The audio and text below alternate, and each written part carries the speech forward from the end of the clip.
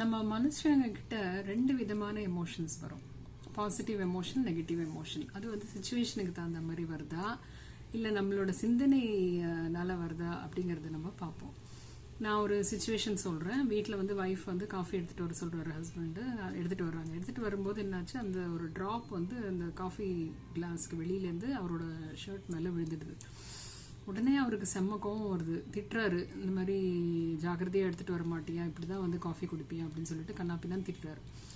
அன்றைக்கி ஆஃபீஸுக்கு போகிறாரு. அவங்க ஆஃபீஸ் அவரோட சீனியர் மேனேஜரை கொண்டு போய் பார்க்குறாங்க. அவங்க வந்து ஒரு டிஸ்கஷனுக்கு கூப்பிட்ருக்காங்க. அப்போ அவர் வந்து ஒரு அட்டெண்டர்கிட்ட வந்து காஃபி எடுத்துகிட்டு வர சொல்கிறாரு. அந்த அட்டெண்டரும் கொண்டு வந்து கொடுக்கும்போது என்ன ஆகுது, ஒரு ட்ராப் வந்து சிந்திடுது.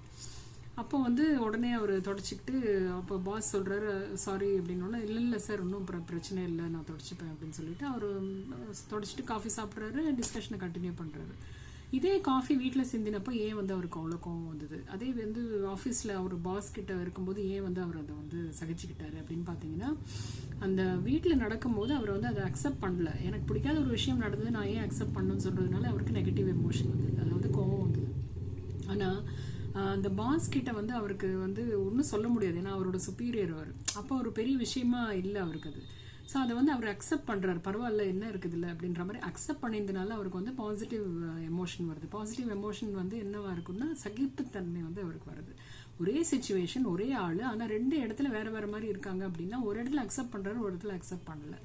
ஸோ இதனால அவருக்கு வந்து பாசிட்டிவ் அண்ட் நெகட்டிவ் எமோஷன்ஸும் வருது. இதே வந்து பார்த்தீங்க அப்படின்னா, சப்போஸ் ஒரு அன்சர்டனிட்டி வருது, நம்ம எதிர்பார்க்காத ஒரு விஷயம் நடக்கும்போது நிறைய பேருக்கு வந்து அந்த அன்சர்டனிட்டியை வந்து அவங்க விரும்ப மாட்டாங்க. திடீர்னு ஒரு அன்சர்டனிட்டி வரும்போது பயப்படுவாங்க. அந்த ஒரு புதுசாக ஒரு விஷயம் அப்படின்னா அதை எடுத்து பண்ணுறதுக்கு அவங்க யோசிப்பாங்க. ஸோ அந்த மாதிரி ஒரு நெகட்டிவ் எமோஷன் எப்படி வரும்னா, ஃபியராக வரும். சில பேர் வந்து அட்வென்ச்சராக எடுத்துப்பாங்க, போய் பண்ணி பார்ப்போமே, என்ன பெருசாக என்ன இருக்க போகிறது அப்படின்ற மாதிரி அந்த எக்ஸ்பீரியன்ஸ் வேணும்ன்ட்டு சில பேர் பண்ணுவாங்க. ஸோ அந்த மாதிரி பார்க்கும்போது அங்கே வந்து அதை வந்து ஒரு ஆப்பர்ச்சுனிட்டியாக அவங்க வந்து பார்ப்பாங்க. ஸோ இந்த ரெண்டு எமோஷனும் திருப்பி நம்ம பார்க்குற பார்வையில் இருக்குது. மூணாவது சுச்சுவேஷன் என்ன அப்படின்னு பார்த்தீங்க அப்படின்னா, ஒருத்தர் வந்து பக்கத்து வீட்டுக்காரங்களோ இல்லை ரிலேட்டிவ்ஸோ யாரோ நல்ல பணக்காரங்களாக இருக்காங்க, நிறைய பெரிய கார்லாம் வச்சுருக்காங்க, பசங்களாம் நல்லா படிக்க வைக்கிறாங்க, எல்லாம் இருக்குது. இவங்க பார்க்கும்போது இவங்களுக்கு ஒன்றும் ரொம்ப கம்மியாக தான் இருக்குது.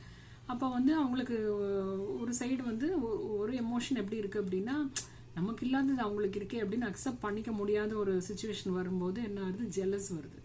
ஆனால் அதுவே வந்து அக்செப்ட் பண்ணிக்கலாம், நம்ம அவங்களுக்கு பணம் இருக்குது, அவங்க வாங்கியிருக்காங்க, நமக்கு திறமை இருக்குது, நம்மளும் சம்பாதிச்சு நம்மளும் வாங்குவோம் அப்படின்ற மாதிரி பாசிட்டிவாக நினைக்கும் போது என்ன ஆகுது, அது ஒரு இன்ஸ்பிரேஷன் ஆகுது. அவங்கள மாதிரி ஆகணும், எப்படி ஆகலாம் பார்ப்போம் அப்படின்ற மாதிரி. ஸோ அதை அக்செப்ட் பண்ணாதப்போ எகெயின் என்ன ஆகுது, ஜெலஸ் ஆகுது. அதை அக்செப்ட் பண்ணும்போது என்ன ஆகுது, இது வந்து பாசிட்டிவாக ஒரு இன்ஸ்பிரேஷனாக மாறுது. அதே மாதிரி யாரோ நம்மளை திட்டாங்கன்னு வைங்க, ஒரு ரிலேட்டிவோ இல்லைனா ஒரு பாஸோ ஆஃபீஸ்லையோ யாரோ திட்டாங்க.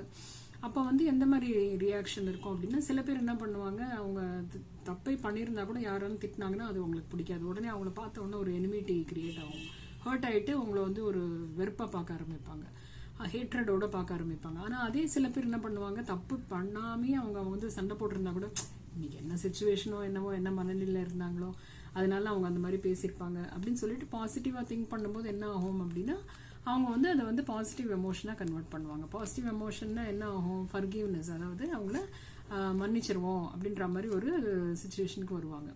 ஸோ இது வந்து டெய்லி நமக்கு நடக்கக்கூடிய ஒரு விஷயம். ஸோ இது மாதிரி ஒரு பாசிட்டிவ் எமோஷன், நெகட்டிவ் எமோஷன் வர இடத்துல நம்ம வந்து அக்செப்ட் பண்ண கற்றுக்கிட்டோம். அதாவது நம்மளால மாற்ற முடியாத சுச்சுவேஷன்ஸை அக்செப்ட் பண்ண கற்றுக்கிட்டோம் அப்படின்னு சொன்னால் நமக்கு பாசிட்டிவ் எமோஷன்ஸ் வரும். பாசிட்டிவ் எமோஷன்ஸ் வரும்போது என்ன ஆகும்னா, நம்ம ரிலேஷன்ஷிப் வந்து பிரேக் ஆகாமல் இருக்கும், நம்ம ஹெல்த் வந்து பிரேக் ஆகாமல் இருக்கும், நம்மளோட மனநிலை வந்து சாந்தமாக காமாக இருக்கும். ஸோ இதெல்லாம் வந்து ரொம்ப வாழ்க்கையில் ரொம்ப முக்கியமான ஒரு விஷயம் வந்து நம்ம கடைபிடிக்கணும்.